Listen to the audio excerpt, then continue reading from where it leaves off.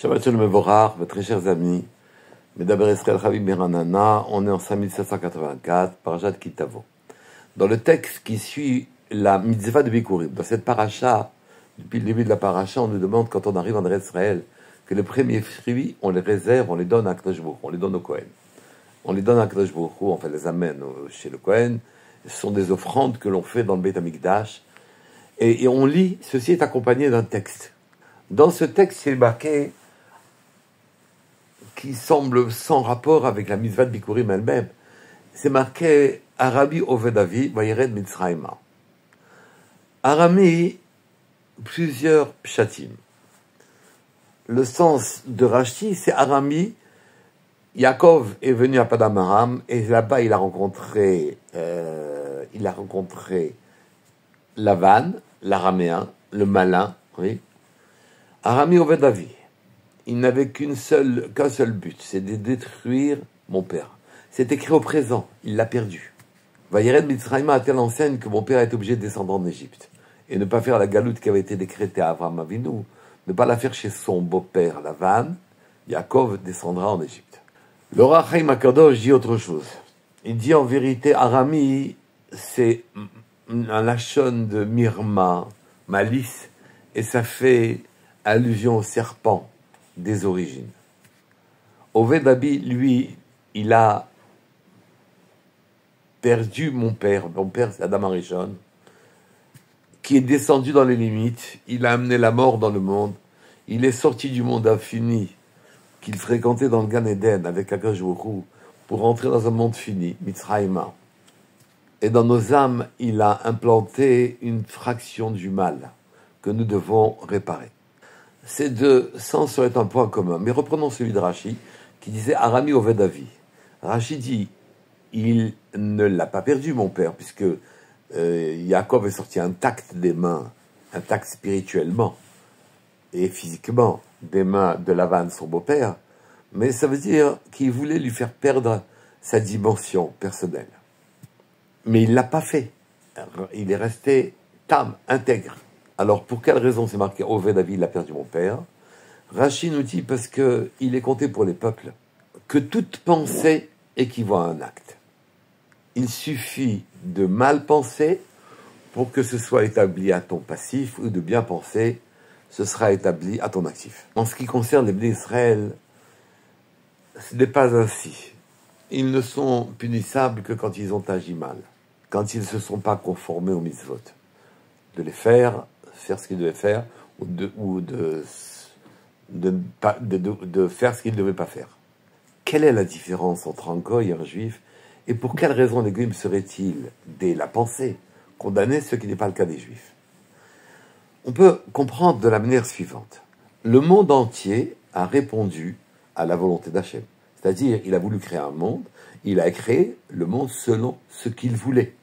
Il n'y a pas de créatures nouvelles depuis le début des temps. Il y a les mêmes lions, qui sont descendants des lions originels, il y a les mêmes tigres, les mêmes chevaux, ça c'est pour les animaux, les montagnes sont toujours là, les mers sont les mêmes, les éléments sont pareils et les hommes sont là. Donc la création répond à un plan, une kavada, une intention, et pas seulement un ratson de chesed, un chesed dirigé dans une direction, dans une kavana.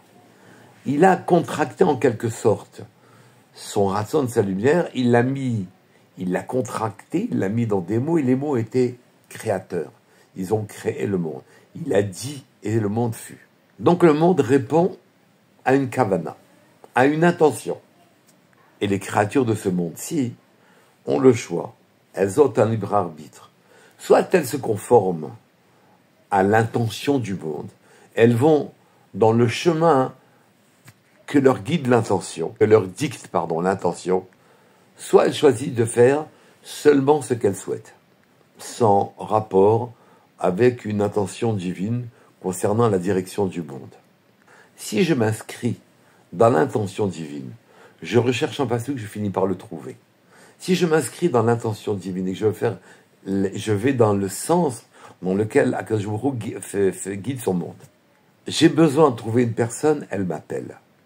Je la cherche, je la trouve. Je veux une réponse à mes questions, elle m'apparaît. Les agents sont très nombreux.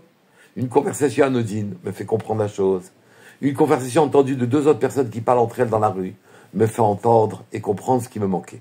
Si je m'inscris dans l'intention divine, alors Akadosh Baruch Hu trace mon chemin, m'ouvre un chemin personnel et les choses sont faciles pour moi. Si au contraire mon intention est toute personnelle, sans aucune considération spirituelle, alors à partir de ce moment-là, je fais ressortir les projets bas, les énergies basses. Et ce qui arrive, c'est finalement ce que j'ai souhaité. Ne pas considérer Hachem. Et je vis à ce moment-là dans un monde où la méchanceté, la prétention, l'orgueil sont les maîtres. Je ne vais recevoir pour moi que ce que je considère digne de donner aux autres. Si la personne qui est en face de moi, je la considère comme élevée, comme une neshama, comme une âme pure, car elle l'est incontestablement, même si elle se comporte comme le pire des rachats. Alors, non seulement je vais éveiller chez elle des sentiments de grandeur, mais moi, je pourrais prétendre à la grandeur car je l'ai inscrite dans le monde. On est dans le monde de la grandeur. Si je considère sa bassesse, je vais attirer sa bassesse et chez moi, ce qui va se passer, c'est que j'ai attiré un monde de bassesse. Maintenant, on peut comprendre que Akadosh Baruch Hu, finalement, en ce qui concerne les goïms, ne regarde que leur intention et à partir d'elle définit si elle devait être considérée pour être punie ou au contraire pour être louée. Ils vont dans le sens du monde tel que le veut Hachem. Hachem, à ce moment-là, entend leurs revendications et leur trace le chemin pour qu'elles s'accomplissent. Ils quittent le chemin d'Hachem. Ils voient à ce moment-là les échecs s'accumuler, la dépression les guetter. En ce qui concerne les Juifs, c'est exactement pareil. Sauf qu'ils ont une mitzvah de plus parce qu'ils sont le peuple d'Hachem. Quand on met les tefilines, on met d'abord les tefilines du bras, puis ensuite on met les tefilines de la tête, comme disait Rav Gershon Kahen. Et ça peut vouloir dire que chez nous, en vérité, c'est vrai que l'acte est primordial, mais il n'est pas primordial pour le monde du rôle, le monde des actions de tous les jours. Il est primordial car il n'a pas à part la mitzvah, du fait de la mitzvah, que je fais en tant que mitzvah, en tant que hors divin. Après, je mettrai les téphilines sur le roche. À ce moment-là, s'ouvre à moi la véritable vision spirituelle. On ne parle plus d'aller dans l'intention du monde et que tout fonctionne normalement et agréablement pour moi. On parle cette fois-ci d'atteindre des sommets de spiritualité. Quand je fais la mitzvah est un escalier qui me permet d'accéder à la profondeur et à la spiritualité. Je mets les tefilines du bras, je fais les mitzvot, et à ce moment-là, on met le roche, les tefilines de roche. Pourquoi ? Parce qu'à ce moment-là, mon sechel, ma compréhension, ma conscience va s'élargir et je vais pouvoir voir Hachem. Il ne s'agit plus que ça fonctionne dans le sens du monde tel que le veut Hachem. Cette fois-ci, il s'agit d'avoir une vision plus élevée, au-delà même de celle des Malachim. Et à ce moment-là, aborder l'année qui nous attend, Bezrat Hashem, Rosh Hashanah, comme on se le souhaite.